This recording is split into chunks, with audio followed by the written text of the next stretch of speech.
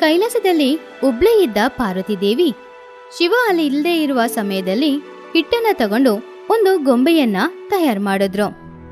ಆ ಗೊಂಬೆ ತುಂಬಾನೇ ಅಂದವಾಗಿರೋದನ್ನ ನೋಡಿ ಅದಕ್ಕೆ ಪ್ರಾಣ ಕೊಟ್ರು ಪಾರ್ವತಿ ದೇವಿ. ಆ ಗೊಂಬೆಗೆ ಗಣೇಶ ಅಂತ ಹೆಸರೂನು ಇಟ್ರು. ಹಾಗೇನೆ ಅವನನ್ನ ತನ್ನ ಪುತ್ರನಾಗಿ ಸ್ವೀಕರಿಸಿದ್ರು. ಅದು ಮಾತ್ರವಲ್ಲದೆ ಅವನಿಗೆ ಒಂದು ಜವಾಬ್ದಾರಿಯನ್ನು ಕೂಡ ಕೊಟ್ರು. ಪಾರ್ವತಿ ದೇವಿ ಸ್ನಾನ ಮಾಡೋ ಸಮಯದಲ್ಲಿ ಅಲ್ಲಿಗೆ ಯಾರು ಬರ್ಲೇಬಾರ್ದು, ಅದನ್ನ ನೀನೇ ನೋಡ್ಕೊಳ್ಬೇಕು ಅಂತ ಹೇಳಿ ಗಣೇಶನನ್ನ ಅಲ್ಲಿ ಕಾವಲಿಗೆ ಇಟ್ಬಿಟ್ಟು ಹೋದ್ರು. ಸ್ವಲ್ಪ ಸಮಯದಲ್ಲಿ ಅಲ್ಲಿಗೆ ಮಹಾಶಿವ ಬಂದ್ರು. ಆದ್ರೆ ಮಹಾಶಿವನನ್ನ ಗಣೇಶ ಒಳಗಡೆ ಬಿಡ್ಲೇ ಇಲ್ಲ. ಅಷ್ಟೇ ಕೋಪದಿಂದ ಮಹಾಶಿವ ಅವರ ತ್ರಿಶೂಲದಿಂದ ಗಣೇಶನ ತಲೆಯನ್ನ ಕತ್ತರಿಸಿದ್ರು. ಅಮ್ಮ! ಅರೆ, ಇದು ಗಣೇಶನ ಧ್ವನಿ ತರ ಕಾಣಿಸ್ತಾ ಇದೆ. ಏನಾದ್ರೂ ಅಪಾಯ ಬಂದಿರ್ಬೋದಾ? ನಾನು ಹೋಗಿ ನೋಡ್ತೀನಿ. ಹಾಗಂತ ಪಾರ್ವತಿ ದೇವಿ ತಕ್ಷಣ ಆ ಸ್ನಾನನ ಮುಗಿಸ್ಕೊಂಡು ತಯಾರಾಗಿ ಅವರು ಕೈಲಾಸಕ್ಕೆ ಬಂದ್ಬಿಟ್ರು. ಪುತ್ರ ಪುತ್ರ ಪುತ್ರ ಗಣೇಶ! ಹಾಗಂತ ಹೊರಗಡೆ ಬಂದು ನೋಡಿದಾಗ ಗಣೇಶನ ತಲೆ ಕತ್ತರಿಸಿತ್ತು. ಯಾರೀ ಕೆಲಸ ಮಾಡಿದ್ದು? ನನ್ನ ಪುತ್ರನನ್ನ ಕೊಂದಿದ್ದು ಯಾರು? ಎಷ್ಟು ಧೈರ್ಯ ಇದ್ರೆ ಈ ಆದಿಶಕ್ತಿಯ ಪುತ್ರನನ್ನ ಕೊಂದಿರ್ತೀರಾ? ಹಾಗಂತ ಹೇಳಿ ಶಾಂತ ಸ್ವರೂಪಿಯಾಗಿದ್ದ ಪಾರ್ವತಿ ದೇವಿ ತಕ್ಷಣ ದುರ್ಗಾಮಾತೆಯಾಗಿ ಬದಲಾದ್ರು. ನನ್ನ ಮಗನನ್ನ ಕೊಂದವರನ್ನ ನಾನು ಖಂಡಿತ ಸುಮ್ಮನೆ ಬಿಡಲ್ಲ. ಯಾರ್ ನನ್ನ ಮಗನ್ನ ಕೊಂದಿದ್ದು ಅಂತ ನೋಡಿ ಅವರಿಗೆ ಖಂಡಿತ ನಾನು ಶಕ್ತಿಯನ್ನ ಕೊಡ್ತೀನಿ. ಎಲ್ಲಿದ್ದಾರೆ ಆ ತ್ರಿಮೂರ್ತಿಗಳು? ಎಲ್ಲಿ ಇಂದ್ರಾದಿ ದೇವತೆಗಳು? ಎಲ್ಲಿದ್ದಾರೆ ಋಷಿಗಳು ಮುನಿಗಳು? ನನ್ನ ಮಗುನ ಯಾರು ಮಾಡಿದ್ದು ಅಂತ ಹೇಳಲಿಲ್ಲ ಅಂದ್ರೆ ಈ ವಿಶ್ವವನ್ನೇ ನಾನು ಸಂಹರಿಸಿ ಬಿಡ್ತೀನಿ. ಹಾಗೆ ಪಾರ್ವತಿ ದೇವಿ ಉಗ್ರ ರೂಪಕ್ಕೆ ಬದಲಾಗಿದ್ದನ್ನ ನೋಡಿ ಅಲ್ಲಿ ಶಿವ ಹಾಗೂ ಮಹಾವಿಷ್ಣು ಇಬ್ರು ಬಂದ್ರು. ಶಾಂತವಾಗು ದೇವಿ, ಶಾಂತವಾಗು. ಶಾಂತವಾಗೋದ? ಹೇಗೆ ಶಾಂತವಾಗೋದು? ನಾನು ತಲೆ ಕತ್ತರಿಸಿರುವ ನನ್ನ ಪುತ್ರನನ್ನು ನೋಡಿ ನಾನು ಹೇಗೆ ಸುಮ್ಮನಿರೋದು? ದೇವಿ, ದಯವಿಟ್ಟು ಸ್ವಲ್ಪ ಶಾಂತವಾಗಿರಿ. ನೀವು ಈ ಉಗ್ರ ರೂಪಕ್ಕೆ ಬದಲಾದ್ರೆ ಈ ಸೃಷ್ಟಿನೇ ನಾಶವಾಗ್ತಾ ಇರೋ ತರ ಅನಿಸ್ತಾ ಇದೆ. ಈ ಸೃಷ್ಟಿ ವಿನಾಶ ಆಗೋದ್ಕಿಂತ ಮುಂಚೆನೆ ಸ್ವಲ್ಪನಾದ್ರೂ ನೀವು ಶಾಂತವಾಗಿರಿ. ಹಾಗಂತ ವಿಷ್ಣುಮೂರ್ತಿ ಹೇಳಿದಾಗ ಪಾರ್ವತಿ ದೇವಿ ಶಾಂತಗೊಂಡು ಪುನಃ ಅವರ ಸಾಧಾರಣ ರೂಪಕ್ಕೆ ಬದಲಾದ್ರು. ನನ್ ಮಗುಗೆ ಏನಾಯ್ತು? ಹೀಗೆ ಅವನು ಆಗೋದಕ್ಕೆ ಕಾರಣ ಯಾರು? ದೇವಿ, ಈ ಹುಡುಗ ಯಾರು? ಇವನನ್ನ ಯಾಕೆ ನೀನು ನನ್ನ ಪುತ್ರ ಪುತ್ರ ಅಂತ ಹೇಳ್ತಾ ಇದೀಯಾ? ಸ್ವಾಮಿ, ಇವನು ನಮ್ಮ ಪುತ್ರ ಸ್ವಾಮಿ. ನನ್ ಕೈಯಾರೆ ನಾನೇ ಅವನನ್ನ ತಯಾರು ಮಾಡಿ ಪ್ರಾಣ ಕೊಟ್ಟಿದ್ದೀನಿ. ಇವನಿಗೆ ಗಣೇಶ ಅಂತ ನಾನು ಹೆಸರನ್ನು ಇಟ್ಟಿದ್ದೀನಿ. ಇವನು ನಮ್ಮ ಪುತ್ರ ಸ್ವಾಮಿ. ಆದಿ ದಂಪತಿಗಳ ಪುತ್ರನಿಗೇನೆ ಹೀಗೆಲ್ಲ ನಡೆದ್ರೆ ಉಳಿದವರ ಗತಿ ಏನಾಗುತ್ತೆ ಅಂತ ಹೇಳಿ? ನನ್ನನ್ನು ಕ್ಷಮಿಸು ದೇವಿ. ನಾನೇ ನನ್ನ ತ್ರಿಶೂಲದಿಂದ ಈ ಹುಡುಗನನ್ನ ಸಂಹಾರ ಮಾಡಿದ್ದು. ನನ್ನನ್ನ ನನ್ನ ಜಾಗದೊಳಗಡೆ ಬರ್ಲಿಕ್ಕೆ ಬಿಡ್ಲಿಲ್ಲ ಅನ್ನೋದ್ರಿಂದಾನೇ ಕೋಪದಿಂದ ಹೀಗೆ ಮಾಡಿದ್ದು. ಏನ್ ಮಾಡಿದೀರ ಸ್ವಾಮಿ ನೀವು? ನಿಮ್ ಕೈಯಾರೆ ನಿಮ್ಮ ಪುತ್ರನನ್ನೇ ವಧ ಮಾಡಿದೀರಾ. ಚಿಂತೆ ಪಡಬೇಡ ಪಾರ್ವತಿ. ಚಿಂತೆ ಪಡ್ದೆ ನಾನು ಹೇಗಿರೋದು ಸ್ವಾಮಿ? ನನಗ್ ಗೊತ್ತಿಲ್ಲ. ನನಗೆ ನನ್ ಮಗ ಬೇಕು. ನೀವು ಏನ್ ಮಾಡ್ತೀರೋ ನನಗ್ ಗೊತ್ತಿಲ್ಲ. ನನಗೆ ಇವಾಗ್ಲೇ ನನ್ನ ಗಣೇಶ ಜೀವಂತವಾಗಿ ಬೇಕು. ಹಾಗಂತ ಪಾರ್ವತಿ ದೇವಿ ಹೇಳಿದಾಗ ಶಿವ ವಿಷ್ಣುಮೂರ್ತಿಯ ಹತ್ತಿರ ಈ ರೀತಿ ಹೇಳಿದ್ರು. ವಿಷ್ಣುಮೂರ್ತಿ, ನೀವು ಇವಾಗ ಭೂಲೋಕಕ್ಕೆ ಹೋಗಿ ನಿಮಗೆ ಮೊದಲು ಯಾವ ಪ್ರಾಣಿ ನಿಮ್ಮ ಕಣ್ಣಿಗೆ ಬೀಳುತ್ತೋ ಆ ಪ್ರಾಣಿಯ ತಲೆಯನ್ನ ಕಟ್ಕೊಂಡು ಇಲ್ಲಿಗೆ ತಗೊಂಡ್ ಬನ್ನಿ. ಹಾಗಂತ ಶಿವ ಹೇಳಿದಾಗ ವಿಷ್ಣುಮೂರ್ತಿ ಅಲ್ಲಿಂದ ನೇರವಾಗಿ ಭೂಲೋಕಕ್ಕೆ ಹೋದ್ರು. ಭೂಲೋಕದಲ್ಲಿ ನನ್ನ ಕಣ್ಣಿಗೆ ಬೀಳುವ ಮೊದಲನೇ ಪ್ರಾಣಿಯ ತಲೆಯನ್ನು ಕಟ್ಕೊಂಡ್ ಬರಕ್ ಹೇಳಿದ್ರು ಮಹಾಶಿವ. ಮಹಾಶಿವ ಹೇಳಿದ ಕೆಲ್ಸನ ಆಲಸ್ಯ ಮಾಡದೆ ಬೇಗ ಮುಗಿಸಿ ನಾನು ತಕ್ಷಣ ಕೈಲಾಸಕ್ಕೆ ಹೋಗ್ಬೇಕು. ಇಲ್ಲ ಅಂದ್ರೆ ಪಾರ್ವತಿ ದೇವಿಗೆ ತುಂಬಾನೇ ಕೋಪ ಬರುತ್ತೆ. ಆಮೇಲೆ ಇಡೀ ಪ್ರಪಂಚನೇ ವಿನಾಶ ಆಗುತ್ತೆ. ಹಾಗೆ ವಿಷ್ಣುಮೂರ್ತಿ ಭೂಲೋಕದಲ್ಲಿ ಸಂಚರಿಸುತ್ತಿದ್ದಾಗ ಅವರು ಒಂದು ಆನೆ ನಿದ್ದೆ ಮಾಡ್ತಾ ಇರೋದನ್ನ ನೋಡಿದ್ರು. ಅರೆ, ಇದೇನಿದು ಆಶ್ಚರ್ಯ! ಮೊದಲು ನನಗೆ ಆನೆ ಸಿಕ್ಕಿದೆ. ಪರಮಶಿವ ಏನ್ ಹೇಳಿದ್ರು ಅದನ್ನ ಹಾಗೇನೆ ಮಾಡ್ಬೇಕು. ಈ ಆನೆಯ ತಲೆಯನ್ನ ಕಟ್ಕೊಂಡು ನಾನು ಇವಾಗ್ಲೇ ಕೈಲಾಸಕ್ಕೆ ಹೋಗ್ಬೇಕು. ಹಾಗೆ ವಿಷ್ಣುಮೂರ್ತಿ ಭೂಲೋಕದಲ್ಲಿ ಅವರು ನೋಡಿದ ಮೊದಲನೇ ಪ್ರಾಣಿಯಾದ ಆನೆಯ ತಲೆಯನ್ನ ಕಟ್ಕೊಂಡು ಕೈಲಾಸಕ್ಕೆ ಬಂದ್ರು. ನನಗೆ ಮೊದಲು ಭೂಲೋಕದಲ್ಲಿ ಕಾಣಿಸಿದ್ದು ಈ ಆನೆ ಮಾತ್ರ. ಆದ್ರಿಂದ ಈ ಆನೆಯ ತಲೆಯನ್ನು ಕಟ್ಕೊಂಡು ಬಂದಿದ್ದೀನಿ. ಆನೆಯ ತಲೆನ ಮನುಷ್ಯನ ರೂಪಕ್ಕೆ ಆನೆ ತಲೆನ ಇಡೋದ? ಇದೆಲ್ಲ ನೋಡಿದ್ರೆ ವಿಧಿ ಆಟದ ತರ ಕಾಣಿಸ್ತಾ ಇದೆ. ಆದ್ರಿಂದಾನೇ ಮೊದ್ಲು ನಿನಗೆ ಈ ಆನೆಯ ರೂಪ ಕಾಣಿಸಿರ್ಬೋದು. ಪಾರ್ವತಿ, ನನಗೆ ಇವಾಗ ಬೇರೆ ದಾರಿ ಕಾಣಿಸ್ತಾ ಇಲ್ಲ. ಈ ಆನೆ ತಲೆಯನ್ನ ನಾನು ನಮ್ಮ ಪುತ್ರನಿಗೆ ಇಡ್ತೀನಿ. ಇಲ್ಲಿ ನೋಡಿ ಸ್ವಾಮಿ, ನೀವು ಏನ್ ಬೇಕಾದ್ರೂ ಮಾಡಿ, ಆದ್ರೆ ನನ್ ಪುತ್ರ ನನಗೆ ಜೀವಂತವಾಗಿ ಬೇಕಷ್ಟೇ. ಹಾಗೆ ಪಾರ್ವತಿ ದೇವಿ ಹೇಳಿದ್ರಿಂದ ಶಿವ ಆನೆಯ ತಲೆಯನ್ನು ಗಣೇಶನಿಗೆ ಇಡ್ಬೇಕು ಅಂತ ನಿರ್ಧಾರ ಮಾಡಿದ್ರು. ಹಾಗೆ ಶಿವ ಭೂಲೋಕದಿಂದ ವಿಷ್ಣುಮೂರ್ತಿ ತಗೊಂಡ್ ಬಂದ ಆನೆ ತಲೆಯನ್ನ ಗಣೇಶನಿಗೆ ಇಟ್ಟು ಅವನಿಗೆ ಪ್ರಾಣ ಕೊಟ್ಟ. ಪುತ್ರ ಗಣೇಶ, ಅಮ್ಮ ಅಮ್ಮ.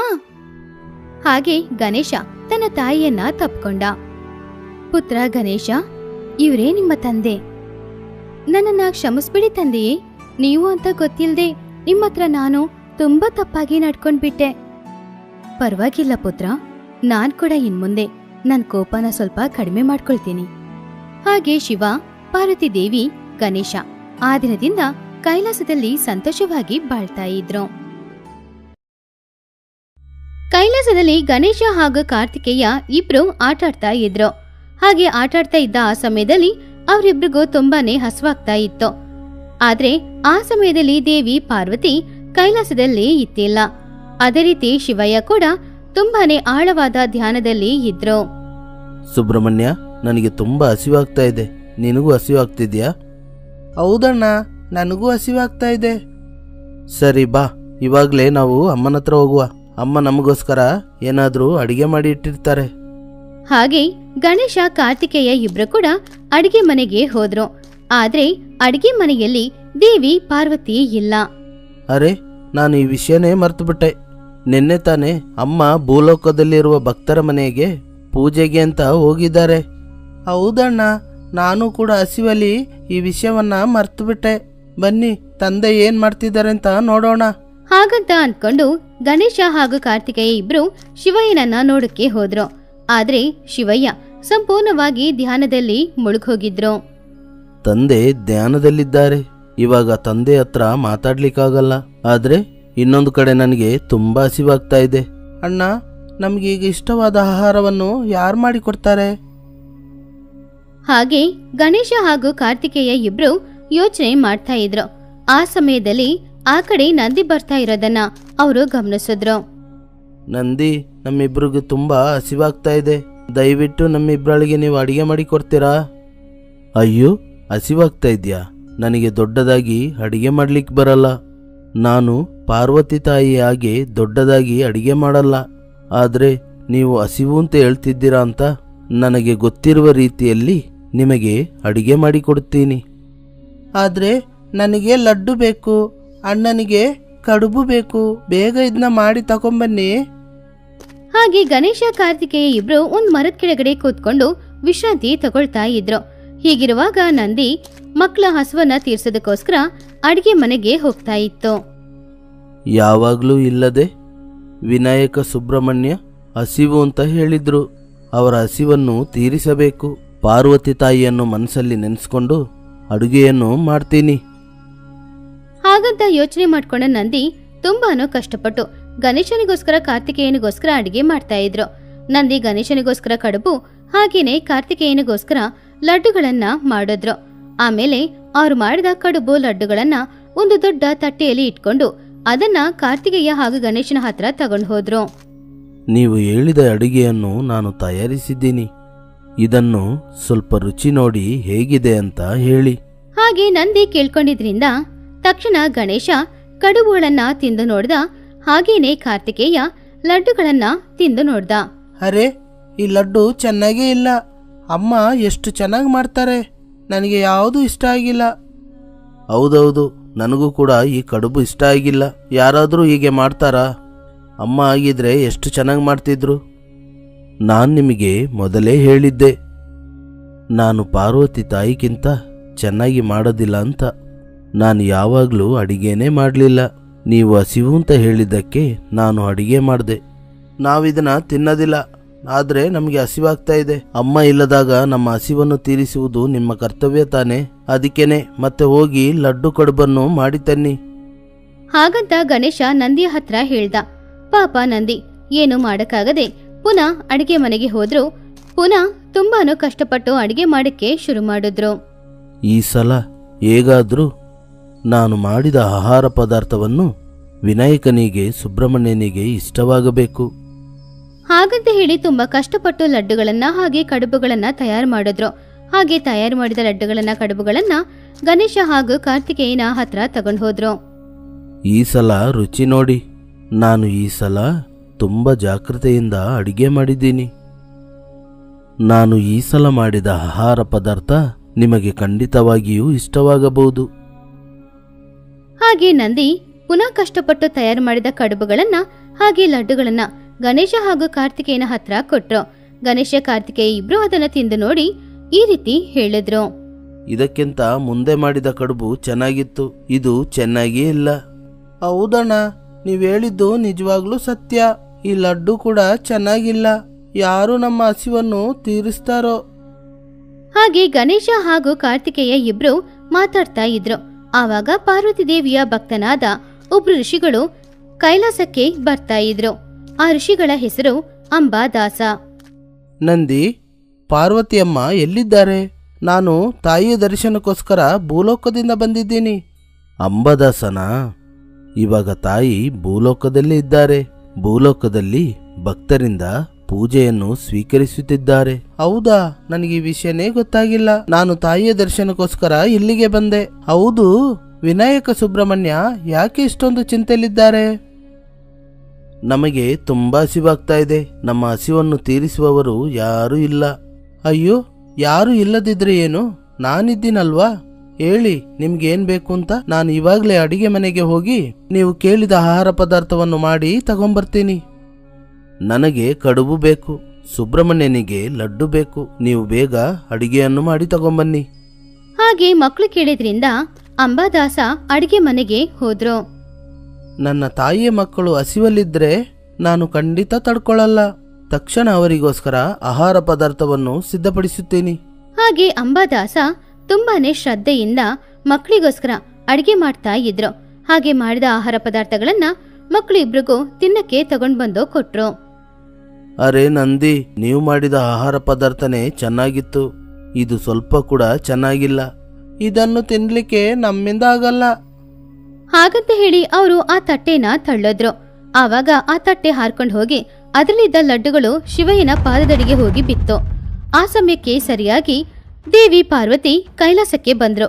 ಅಲ್ಲಿ ನಡೆದ ಘಟನೆಗಳನ್ನೆಲ್ಲ ಅವರು ನೋಡಿದಾಗ ಅವ್ರಿಗೆ ತುಂಬಾನೋ ಕೋಪ ಬಂತು. ಧ್ಯಾನ ಮಾಡುತ್ತಿರುವ ಸ್ವಾಮಿಯ ಬಳಿ ಯಾರು ಈ ಆಹಾರ ಪದಾರ್ಥವನ್ನು ಬಿಸಾಡಿದ್ದು? ಹಾಗಂತ ಕೋಪದಿಂದ ದೇವಿ ಪಾರ್ವತಿ ಕೇಳಿದಾಗ ಅದನ್ನು ನೋಡಿ ಗಣೇಶ ಹಾಗೂ ಕಾರ್ತಿಕೇಯ ಇಬ್ರು ತುಂಬಾನೇ ಹೆದರಿದ್ರು. ಅಮ್ಮ, ನಾವೇ ಆಹಾರವನ್ನು ಬಿಸಾಡಿದ್ದು. ಆದ್ರೆ ಅದು ತಂದೆ ಮೇಲೆ ಬೀಳುತ್ತೆ ಅಂತ ನಮಗೆ ಗೊತ್ತಿಲ್ಲ. ಅರೆ, ಏನಿದು? ಕೈಲಾಸದೊಳಗೆ ಅಲ್ಲಲ್ಲಿ ಆಹಾರ ಪದಾರ್ಥಗಳು ಚೆಲ್ಲಿ ಹೋಗಿದೆ. ಯಾರು ಇಷ್ಟೊಂದು ಆಹಾರ ಪದಾರ್ಥವನ್ನು ಮಾಡಿದ್ದು? ಅಮ್ಮ, ಈ ಆಹಾರ ಪದಾರ್ಥವನ್ನು ನಾನು ಅಂಬದಾಸನವರೇ ಮಾಡಿದ್ದು. ಇದನ್ನು ವಿನಾಯಕ ಸುಬ್ರಹ್ಮಣ್ಯನಿಗೋಸ್ಕರನೇ ಮಾಡಿದ್ದು. ಆದರೆ ಅವರಿಗೆ ನಾವು ಮಾಡಿದ ಅಡಿಗೆ ಇಷ್ಟವಾಗಲಿಲ್ಲ. ಅದಕ್ಕೇನೆ ಅವರು ಇದನ್ನು ದೂರಕ್ಕೆ ಎಸೆದರು. ಅದು ಕೈಲಾಸವೆಲ್ಲ ಚೆಲ್ಲಿ ಹೋಗಿದೆ. ಹಾಗಂತ ನಂದಿ ಹೇಳಿದ್ದನ್ನ ಕೇಳಿ ದೇವಿ ಪಾರ್ವತಿಯ ಕೋಪ ಇನ್ನೂ ಹೆಚ್ಚಾಯಿತು. ಹೆಚ್ಚಾಗಿರುವ ಪಾರ್ವತಿ ದೇವಿಯ ಕೋಪಕ್ಕೆ ಧ್ಯಾನದಲ್ಲಿ ಮುಳುಗೋಗಿದ್ದ ಶಿವಯ್ಯ ಕೂಡ ಕಣ್ಬಿಟ್ಟು ನೋಡಿದ್ರು. ಏನ್ ನಡೀತು? ಏನಿದು ಆಹಾರ? ಕೈಲಾಸವೆಲ್ಲ ಆಹಾರ ಪದಾರ್ಥ ಚೆಲ್ಲಿ ಹೋಗಿದೆ. ಇದನ್ನು ವಿನಾಯಕ ಮತ್ತು ಸುಬ್ರಹ್ಮಣ್ಯನೇ ಮಾಡಿದ್ದು ಸ್ವಾಮಿ. ನಿಮಗೆ ಸ್ವಲ್ಪವಾದರೂ ಜವಾಬ್ದಾರಿ ಇದೆಯಾ? ಆಹಾರದ ಪ್ರಾಮುಖ್ಯತೆ ಗೊತ್ತಾ? ಕೇವಲ ರುಚಿಯಾದ ಆಹಾರ ಪದಾರ್ಥವನ್ನು ಮಾತ್ರ ತಿನ್ಬೇಕಾ? ನಿಮ್ಮ ಹಸಿವನ್ನು ನೋಡಿದ ನಂದಿ ಎಷ್ಟೋ ಪ್ರೀತಿಯಿಂದ ಅಡುಗೆಯನ್ನು ಮಾಡಿದ್ರು. ಅದು ಕೂಡ ನಿಮ್ಗೆ ಇಷ್ಟವಾಗಿಲ್ಲ. ನನ್ನ ಭಕ್ತರಾದ ಅಂಬಾದಾಸ ಅಡುಗೆಯನ್ನು ಮಾಡಿದ್ರು, ಅದು ಕೂಡ ನಿಮ್ಗೆ ಇಷ್ಟವಾಗಲಿಲ್ಲ.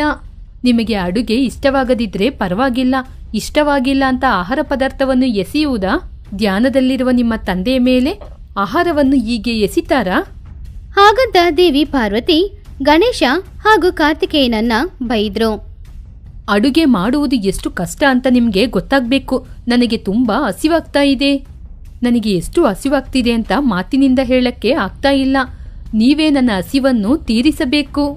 ಈವಾಗ್ಲೇ ನೀವು ಅಡುಗೆ ಮಾಡಲು ಆರಂಭಿಸಿ. ವಿನಾಯಕ, ನೀನು ಅಡಿಗೆಯನ್ನು ಮಾಡಬೇಕು. ಸುಬ್ರಹ್ಮಣ್ಯ, ನೀನು ನಮಗೆ ಸೇವೆ ಮಾಡಬೇಕು. ಆವಾಗಲೇ ನಿಮಗೆ ಅಡುಗೆ ಮಾಡುವುದು, ಸೇವೆ ಮಾಡುವ ಕಷ್ಟ ಗೊತ್ತಾಗುತ್ತೆ. ಹಾಗಂತ ದೇವಿ ಪಾರ್ವತಿ ಹೇಳಿದ್ರು.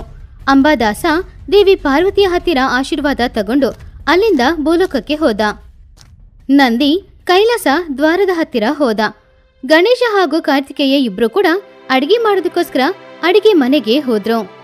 ಕಾರ್ತಿಕೇಯ ಶಿವಯ್ಯ ಹಾಗೂ ದೇವಿ ಪಾರ್ವತಿ ಅವರ ಹಾಸನದಲ್ಲಿ ಮಲ್ಕೊಂಡಿದ್ದಾಗ ಒಂದು ಬೀಸಣಿಗೆ ತಗೊಂಡು ಅದರಿಂದ ಗಾಳಿ ಬೀಸ್ಕೊಂಡು ಅವರಿಬ್ರಿಗೂ ಕೂಡ ಸೇವೆಗಳನ್ನ ಮಾಡ್ತಾ ಇದ್ದ. ಈ ಕಡೆ ಗಣೇಶ ತಂದೆ ತಾಯಿಗೋಸ್ಕರ ಅಡಿಗೆನ ತಯಾರು ಮಾಡ್ತಾ ಇದ್ದ. ಏನು ಅಂತ ತಿಳ್ಕೊಂಡಿದ್ದೆ, ಅಡುಗೆ ಮಾಡೋದು ಅಷ್ಟು ಸುಲಭವಲ್ಲ ಸುಬ್ರಹ್ಮಣ್ಯ. ಹೌದಣ್ಣ, ಸೇವೆ ಮಾಡೋದು ಕೂಡ ಅಷ್ಟು ಸುಲಭವಾದ ಕೆಲಸವಲ್ಲ.